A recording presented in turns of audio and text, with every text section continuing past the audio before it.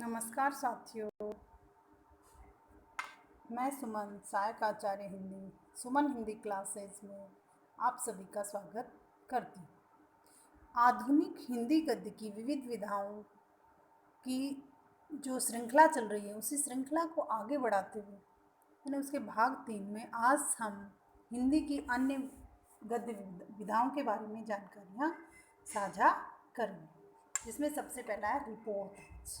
Reportage मूल रूप से फ्रांसीसी भाषा का शब्द है, फ्रांस की भाषा का शब्द है, जिसका आशय क्या है? सरस एवं भावात्मक अंकन करना। रिपोर्टाज का क्या अर्थ है फ्रांसीसी में? सरस यानी जो अच्छा लगे, जिसमें रस हो, एक भावात्मक अंकन करना। इसमें लेखक किसी भी आयोजन, घटना, संस्था आदि क्या की कलात्मक ढंग से ब्यौरेवार रिपोर्ट तैयार करते हैं। जो प्रस्तुतिकरण करता है उसे ही रिपोर्टाज कहते हैं। यानी रिपोर्टाज में क्या होता है मुख्य कि रिपोर्ट जो होती है किसी भी घटना की रिपोर्ट को कलात्मक ढंग से प्रस्तुत करना। सामान्य भाषा में हम इस तरह समझ सकते हैं कि कोई घटना घटित हुई, उस घटना का ब्यौरा कलात्मक ढंग से प्रस्तुत करना ही रिपोर्टाज कहलाता है। यह गद्य साहित्य की आधुनिक विधा है। कुछ प्रमुख रिपोर्टाज लेखक हैं कन्हैयालाल मिश्र प्रभाकर जी, विष्णु प्रभाकर माचवे, श्याम परमार, अमृत राय, रांघे राघव तथा प्रकाश चंद्र गुप्त। इसी के साथ हम आगे पढ़ेंगे गद्य काव्य या गद्य गीत। किसी सघन अनुभूति को कलात्मक लय से गद्य में प्रस्तुत करना गद्य काव्य कहलाता है। यह गद्य की आधुनिक विधा। गद्य काव्य यानी इसमें गद्य भी होता है, उसी के साथ साथ कविता का समावेश भी इसमें होता है। किसी सघन अनुभूति को कलात्मक लय से,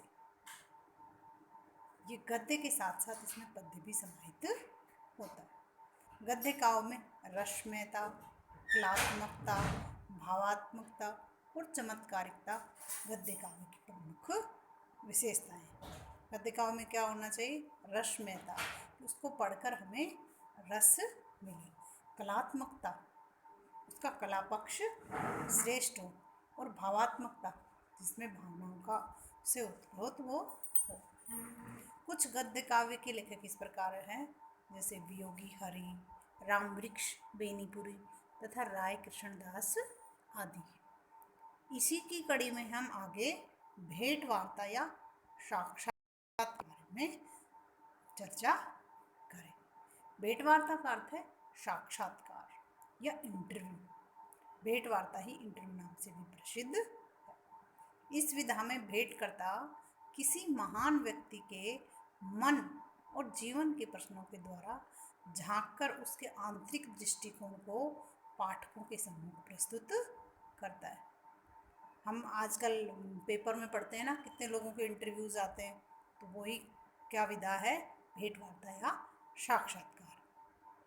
जैसे कुछ दिन पहले हम लोगों ने टीवी पर भी देखा होगा कि अक्षय कुमार जी ने मोदी जी का इंटरव्यू लिया, तो वो क्या है? भेंट वार्ता या साक्षात्कार। और उन्होंने मोदी जी से मिलकर और अपने प्रश्नों के माध्यम से उनके जो विचार हैं हम सबके सामने रखे। भेंट वार्ता वस्तुतः पत्रकारिता की ही देन है। भेंट वार्ता वास्तविक और काल्पनिक दोनों ही प्रकार की होती है। आजकल परिचर्चा के माध्यम से यह विधा विकसित हो गई। कई बार हम पेपर में पढ़ते हैं किन्हीं लेखकों के इंटरव्यू, लेखिकाओं के इंटरव्यूज़, और हीरो हीरोइंस के इंटरव्यूज़, नेताओं के इंटरव्यू। तो ये पत्रकारिता की जो इंटरव्यू जो विधा है, साक्षात्कार विधा, ये पत्रकारिता की देन है। हिंदी में इसके विकास की पूर्ण संभावना है। भेंट वार्ता लेखकों में राजेंद्र यादव, पदम सिंह शर्मा, कमलेश और शिवदान सिंह चौहान उल्लेखनीय। अब हम आलोचना के बारे में जानकारी प्राप्त करें। आलोचना हिंदी गद्य साहित्य की प्रमुख विधा है। आलोचना का अर्थ किसी रचना को उचित प्रकार परख कर उसके गुण और दोषों की समीक्षा करना और उसके विषय में अपने विचार प्रस्तुत करना ही क्या है? आलोचना। आलोचना को आजकल समीक्षा कहना ज़्यादा पसंद करते हैं। जैसे समीक्षा, किसी भी रचना को समान रूप से विवेचन करना, यानी किसी भी रचना को पढ़कर उसका समान रूप से विवेचन करना। ये नहीं है कि सिर्फ उसके गुणों ही गुणों का चित्रण किया जाए या उसके दोषों का ही बखान किया जाए। समीक्षा का अर्थ होता है कि बराबर देखना, उसके गुण और दोषों दोनों को ही समान रूप से प्रस्तुत करना। आलोचना के लिए समालोचना भी एवं समीक्षा शब्दों का भी प्रयोग होता है। कुछ समालोचना लेखकों के नाम इस प्रकार हैं, जैसे डॉक्टर श्याम सुंदर दास, आचार्य रामचंद्र शुक्ल और doctor Hazari Prasad Dwivedi, doctor Nagendra, doctor Ramvilas Sharma, बाबू बुढ़ापा, आचार्य नंदुलारे वाजपेयी आदि। सार रूप में कह सकते हैं कि आलोचना रसानुभूति का बुद्धि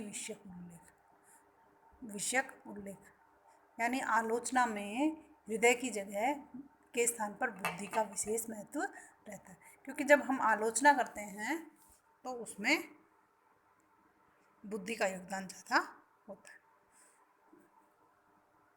अब आगे हम डायरी के बारे में जानकारी प्राप्त करेंगे कि डायरी क्या है या डायरी लेखन किस तरह करते हैं। साहित्य की महत्वपूर्ण विधा है। डायरी शब्द अंग्रेजी का है। डायर शब्द संस्कृत भाषा दिवस का समानार्थी है। डायरी में प्रतिदिन की घटनाओं का वर्णन तिथिवार किया जाता है। इसमें लेखक उन घटनाओं का वर्णन करता है जो उसके जीवन में घटित होती है। हिंदी में सर्वप्रथम डायरी लेखन का प्रयोग गांधी जी ने किया था। आज के भौतिक युग में डायरी लेखन का महत्व जो है बढ़ गया है। धीरेन्द्र वर्मा, रामधारी सिंह दिनकर, शमशेर बहादुर, मोहन राकेश की प्रमुख डायरियाँ हैं। और डायरी में ही हम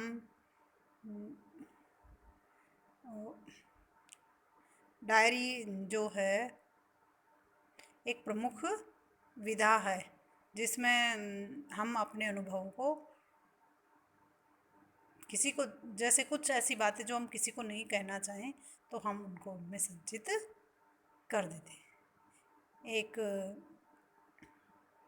डायरी लेखन के दो प्रकार हैं, साहित्यिक विधा और ऐतिहासिक विधा। साहित्यिक डायरी में लेखक का व्यक्तित्व स्पष्ट दिखाई देता है, यानी साहित्यिक डायरी जब लेखक लिखता है तो उसमें उसका व्यक्तित्व स्पष्ट दिखाई देता है। और ऐतिहासिक डायरी में घटनाओं की स्पष्टता साकार होती है। जो ऐतिहासिक डायरी लिखते हैं तो उनमें घटना प्रमुख होती है। अब है पत्र साहित्य। किसी भी व्यक्ति साहित्यकार द्वारा लिखे गए पत्रों में उसकी सहजता एवं उसके व्यक्तित्व का स्वाभाविक रूप उभर कर सामने आता है, क्योंकि यह एक व्यक्ति साहित्यकार द्वारा दूसरे व्यक्ति को लिखा गया होता है। उद्देश्य संभवतः छपवाने का नहीं हो, पर कभी कभी ऐसे पत्र साहित्यिक दृष्टि से मूल्यवान तथा समाज के लिए एक धरोहर बन जाते, अमानत बन जाते। उदाहरण के लिए जैसे महात्मा गांधी जी द्वारा लिखे गए विभिन्न, नेहरू जी द्वारा जेल में रहकर और पंडित नेहरू जी द्वारा जेल में रहकर अपनी पुत्री इंदिरा गांधी को लिखे गए पत्र, जैसे पिता के पत्र पुत्री के नाम, जो आजकल हमारे पाठ्यक्रमों में चलते हैं, स्कूलों के पाठ्यक्रम में आजकल ये चलते हैं कि पिता के पत्र पुत्री के नाम, कि किस तरह से एक पिता अपनी किशोर पुत्री को सामाजिक ज्ञान देते हुए, समाज के बारे में समझाते हुए पत्र लिखते हैं। पत्रों के संबंध में पंडित बनारसी दास चतुर्वेदी का कथन है कि जीवन में पत्रों का बड़ा महत्व है। शरीर में रक्त मांस का जो स्थान है ना, वही स्थान चरित्रों में छोटे छोटे किस्से कहानियां तथा पत्रों का है। बनारसी दास जी कहते हैं कि जिस तरह से हमारे शरीर में रक्त और मांस का जो स्थान है, वही स्थान किसी भी व्यक्ति के जीवन में छोटे छोटे किस्से कहानियां तथा पत्रों का भी है। हिंदी साहित्य में प्रकाशित होने वाले जिस पत्र साहित्य को ख्याति मिली उसमें बाल मुकुंद गुप्त जी के भारत मित्र में प्रकाशित शिव शंभू के चिट्ठे, जो कि वो अंग्रेजी सरकार पर व्यंग्य कसते हुए लिखते थे, शिव चमुंडू के चिट्ठे के नाम से। तो वो उनके पत्र बहुत ही प्रसिद्ध हुए। विशंबर नाथ शर्मा कौशिक द्वारा चांद पत्रिका में प्रकाशित दुबे जी की चिट्ठी प्रमुख है। महावीर प्रसाद द्विवेदी के पत्र पत्रावली नामक पुस्तक में संकलित है। प्रेमचंद जी भी अच्छे पत्र लेखक थे। उनके पत्रों का संग्रह श्री अमृत राय जी ने यानी उनके सुपुत्र ने चिट्ठी पत्री भाग 1 व 2 शीर्षक से प्रकाशित किया। निराला के दुर्लभ पत्रों का संकलन निराला की साहित्य साधना के नाम से तृतीय खंड में डॉक्टर रामविलास शर्मा ने संपादित किए। पांडे बेचन शर्मा उग्र ने तो उपन्यास लेखन चंद हसीनों के खतूत ही पत्र शैली में लिख दिए। जो चंद हसीनों के खतूत उनके पत्र है, वो उपन्यास है, लेकिन उस उपन्यास की शैली कैसी है? उसकी शैली पत्रात्मक है। पत्र की शैली में वो उपन्यास लिखा गया है। बनारसी दास चतुर्वेदी जी द्वारा संपादित पद्म सिंह शर्मा के पत्र भी उल्लेखनीय पत्र साहित्य है। स्वयं बनारसी दास चतुर्वेदी ने अपने जीवन में हजारों पत्र लिखे और वे एक अच्छे पत्र लेखक थे। इस तरह से हमने आधुनिक हिंदी गद्य की विविध विधाओं निबंध, उपन्यास, एकांकी, रिपोर्टाज, यात्रा वृत्तांत, साक्षात्कार, डायरी आदि के बारे में जानकारियाँ प्राप्त की। और आगे के वीडियो में हम रसखान जी के साहित्यिक परिचय से संबंधित जानकारियाँ प्राप्त करेंगे। आज के वीडियो में इतना ही। धन्यवाद।